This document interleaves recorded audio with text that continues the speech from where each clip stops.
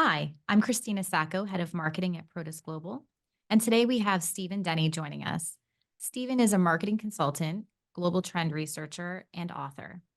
Two of the books he's authored are Unfiltered Marketing, which is based on 5 years of global trend research, and Killing Giants, which has been hailed as 10 books you have to read by Advertising Age.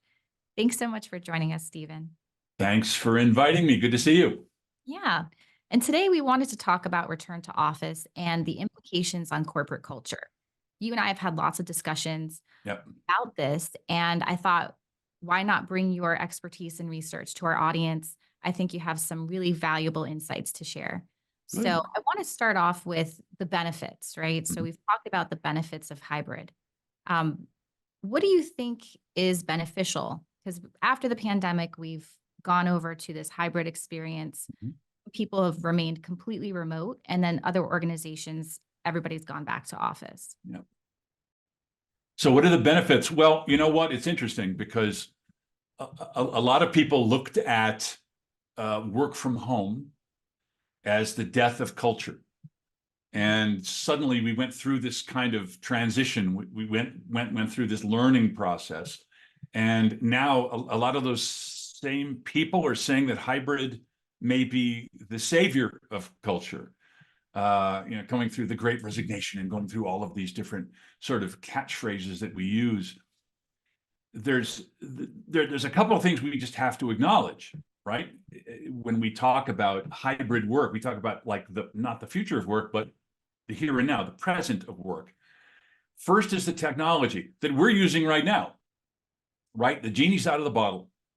This works really well. As we went into COVID and everyone was reflexively thrown home, we weren't there. We really didn't have this in place. It wasn't really a situation where everyone was up to speed on how to use unified communications, be it Teams, Zoom, whatever. We had a couple conference rooms in the headquarters that had, some technology in it. There was a guy in the office who knew how to make it work. And if that guy was sick, you didn't have a meeting with the other office. You just used a phone call, right? Everyone went home. Everyone's using Microsoft Office 365. And lo and behold, they largely discovered, without necessarily the help of IT training anyone, that you could click that icon and see people and work with them face to face. And you could chat to voice, to video, to group. And suddenly it just radically changed the way the enterprise went about doing what it did, right? Right. And we know what Zoom did in the enterprise and the education market and things like that. So we have these sort of two different platforms. They both work really well. And knowledge workers out there in the world discovered that they could get their jobs done. They didn't need to come to the office. And this became sort of the fallback. This became the other way of getting work done. Now COVID abates, the tide comes out. And I think a lot of knowledge workers are saying, this actually works really well for me. We've hit this kind of stasis point where it's like there's an equilibrium. And it's about 3 days in the physical office, maybe 2 days at home. That's kind of the middle of the bell curve. And that works really well for a lot of people. That works really well for a lot of companies. Yeah. And, we've talked about some personal benefits from Mhm. that hybrid experience. So people, they're gaining some productivity time by not having to commute. Yeah. And there's other personal benefits, they're around their family a little bit more. Maybe they can sit down and have lunch together. Mhm. But Yeah. there's implications when it comes to the corporate culture. Yeah. So you and I have discussed that. Mhm. Um, let's go ahead and go into that though, because we've Sure. talked about some of the benefits, but now how does that affect your corporate culture? Because we're not Mhm. being able to be social like we used to be, standing by the water cooler or having It's coffee. changed. Hmm. It's changed. I wouldn't say that we've lost it. That was my first impression because I was doing a lot of research pre-COVID on informal collaboration, the water cooler, right? The water's edge, where different tribes bump into each other spontaneously and good things can happen as a result of that. then COVID happened and all that research went out the window because no one was bumping into anybody. And then this happened, right? This whole technology resurgence or emergence, I should say, and informal collaboration changed a little bit. So to me, when I think of the end user, and now I can sort of look at it from my own perspective, I can look at it as a marketing operator in a technology world. I've learned that chat to voice to video to group works. I've learned that I don't have to stand up and walk down the hallway and see if someone's there to ask them a question. I can just hit them on chat and they're going to respond to me. And we're going to escalate this and we may just get on video. It works. It's fine. Now, from a personal standpoint, this is, I think, very fluid because personal, not necessarily just to me, but personal for the knowledge worker. Why do we want to work from home? Is it just the commute? Is that it? Is it just, wow, I just don't want to spend that time in the car? I don't know that that's necessarily it for most people. There are plenty of people who have long commutes, and they've found a way to deal with that. You know, they listen to podcasts, they make phone calls, they do whatever they do. They have that car lifestyle that is to and from. Okay. I don't think that's it, though. My gut tells me that's not it. I think that there is a certain tension to being in the office. And this is something we're studying in the second wave of the research that we've been doing, the magnet, what we call the magnet post-COVID future of work study. What's the gap between what management says is important and what individual knowledge workers believe is important, right? Is it important to always be face-to-face? Is hybrid 3 days a week good? Is it 4 days? Is it 2 days? Does it depend on the work group? Does it depend on the team, on the function? Yes. Yes to all of the above. I wonder, because of this cultural mismatch, though, because what I've termed the C-level gap, right? Is there something at play here that is driving workers to desire more time away from the big office? If it's not the commute and it's not these other factors, productivity, we have to start turning the lens on leadership and management style. I think so. Here's what I found in the research. When we asked workers, particularly in the United States, how many days do you work in the traditional office? It was 2022, okay? Early 2022. I work 3 days in the office. Okay. If you could choose, how many days would you work in the office? If they worked 3 days in the office, they wish they worked 2. They worked 4 days, they wish they worked 3. They always want one more day at home. And if they had full autonomy, if they could choose, no one's telling me where to be, I can work wherever I want. Those people with full autonomy, virtually all of them, it was about 10 to 15%, virtually all of them said 0 days in the traditional office, 5 days working from home. Okay, why is this now? I mean, this is like fundamentally important psychological trigger going on here. And if that's the truth, and the evidence suggests it is, why? And I tend to look at this through a long lens. I was in the, once upon a time in my career, back in the 90s, I was the first Sony division to have casual dress. We were the first ones to go suit and tie every day. And we started like this whole new trend. And it was meant to sort of break adhesions and get us to be relaxed in the office, right? So fast forward to today, what's the new version of casual dress? It's work from home. because we're already pretty casual in the office. Again, I come from a technology world. That's normal. We don't wear a suit very often in that industry. But I think that there's some of that. It's the relaxation of the formality. We can relax a little bit. Perhaps it stimulates creativity. Perhaps it stimulates new thinking. I was hoping that when we did this work from home, this radical, rapid shift because of the pandemic, that we could really break the old habits of the worst of office culture. Meeting. You're running right down the hallway to attend your next, and no work is getting done, but sales are flat, but meetings are up 30%, as the old joke went. And we all went home, and what happened?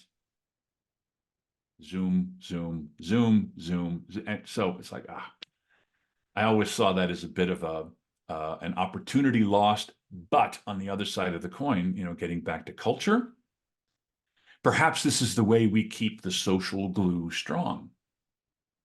So now you asked the question a moment ago, and I want to return to it about what is the C-level gap? Why does management think one thing and workers think another? We've tested a lot of these questions. We threw it into the research about how engaged, are you in a hybrid meeting? How engaged are, the rank and file? And of course, management always gives themselves high marks and marks down everybody else. That's actually a universal truth. Everyone tends to think, I personally have higher engagement. And that's just human nature. However, when we get into questions like, is work from home a good thing? We do get that split. And we do see management saying, I'm not terribly happy with it. Of course, we have tons of anecdotal evidence that we see in the press. And I think, and this is something we're going to look at in the next wave of the research, this is kind of my hypothesis. I truly believe that having come through this pandemic, having come through what I would consider to be a broad societal trend, that had nothing to do with this here and now about return to office or anything like that. We're living in an age of collapsing trust. This is just a truism. We all have cameras in our pockets, right? We've caught our leaders and our institutions lying to us too many times, and that has filtered into the workplace. And I think that there's a real hunger for control over my outcomes personally as a worker in a larger entity. Control in this case becomes control over where I physically can do my work. Not necessarily 5 days a week, but can I get 2? If I can get 2, I'm pulling back, wresting back some semblance of control over my life. I tend to think this is actually what's driving a little bit of this. Because that's research that I've done separately from the magnet study. And I look at them both and I think, wow, there is a link here. So I think there may be a little bit of that. Yeah. And I like the point that you're making, and I want to stay there for just a moment. So what I'm hearing is it's not necessarily that people don't want to go back into the office because they're more productive, right? Because we went from meeting to meeting in person to meeting on Zoom. Yeah. What it sounds like, it's a culture thing. So how can leadership teams make the company and the culture at the company a place where the team members want to come to, spend time together, and foster innovation and bond and collaborate? This is what I've found. And this comes out of sort of the deep dive into the data set behind wave 1 of the magnet survey. When we looked at the macro trends that built this case, that became Unfiltered Marketing, became that book, it was worth writing because each of these macro trends that we talked about, and I'll touch upon just the 3 major ones, each of them was worth mentioning but it's when we viewed it as a holistic system that all of a sudden it became necessary to write this in a longer form. The first big trend that we saw out of what was then the culture technology intersection study, when I look at that intersection, the biggest macro trend that we found emerging from the data, this was not a preconception, this emerged, is the trend we call seeking control in an out of control world. We are living in an age of collapsing trust. We do look around us and see that technology is very often moving outside of our control. We're not always comfortable. A huge percentage of American workers cover the camera on their laptop. Wow. I thought it would be like maybe 5% of the tinfoil hat crowd. It was 45%. Half of everyone puts a little piece of tape over that. Well, now that we're online all day long, now that we're doing this, we have to do it a little bit differently. I can physically turn my shutter. But it's a huge statement that says we're actually worried people are looking at us, right? Someone has hacked into my personal computer. Seeking control in an out of control world. We're looking for ways to get some control back over our lives. This is absolutely a fundamental truth of life right now in the 2024 and beyond. Okay, that's number one. Because of this, we got the second macro trend, which we called raw. We don't trust the gatekeepers. Therefore, what I do trust is what I can see with my own eyes, hear with my own ears. Show me the raw feed, show me the live stream. Give me something that's unscripted that I can be part of. So co-development, unscripted, in context. I'm willing to listen to people if they can teach me side by side how to interpret what they're seeing. That's a big difference between having someone in front of you, preaching to you, telling you what to think. People are turning off to that dynamic entirely. Because we have seeking control and raw, we have the third and final leg of the stool here, which we called heroic credibility. And that speaks to being willing to be led. We are willing to follow if the values reflect our own. Number one is a big asterisk here. We're willing to follow if values reflect our own and if the person we're following has credible evidence that they are sincere in their beliefs. You say we're all about diversity, equity, and inclusion. I'm going to go to your website and see how many members of your board reflect that statement. Look at Logitech, who's a client and good friends. The former CEO, Bragan Darrell, made a very strong statement several years ago about sustainability and ESG. And the company really wasn't doing much at that time. But he began there. He made a statement, we're going to do this.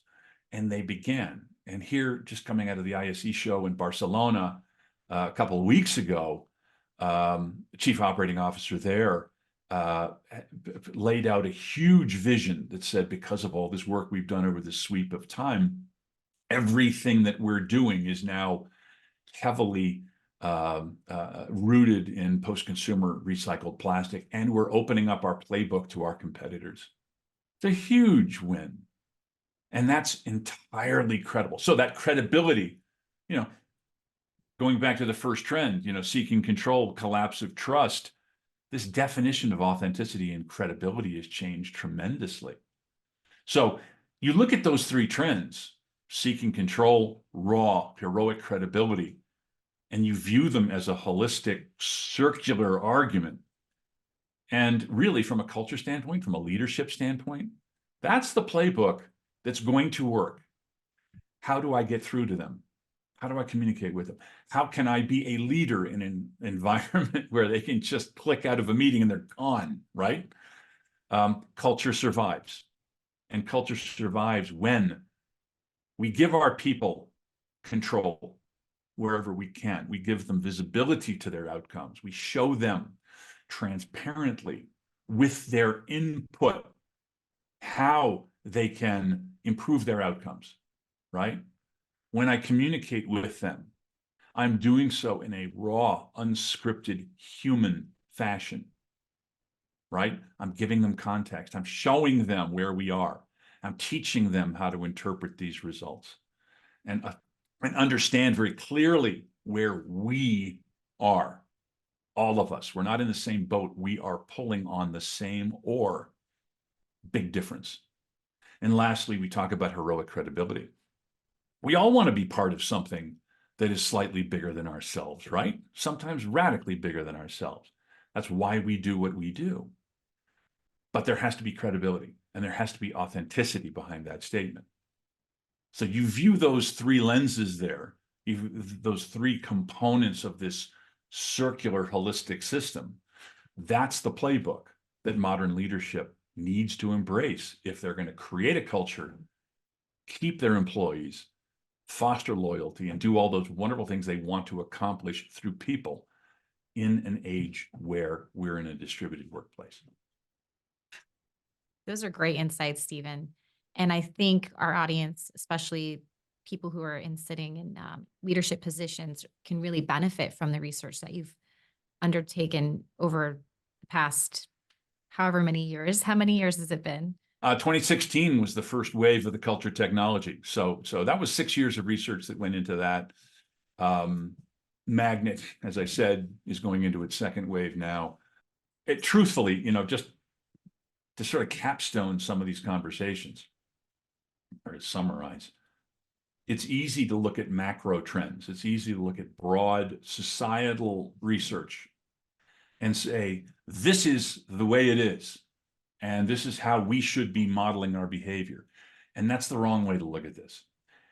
Research like this can give you a really good benchmark. It can give you a really good sort of, this is state of the world. We can dig into the research and look at segments and look at how different groups of people within organizations feel. The truth here is that we have to get down to the micro level and understand individual companies, individual cultures.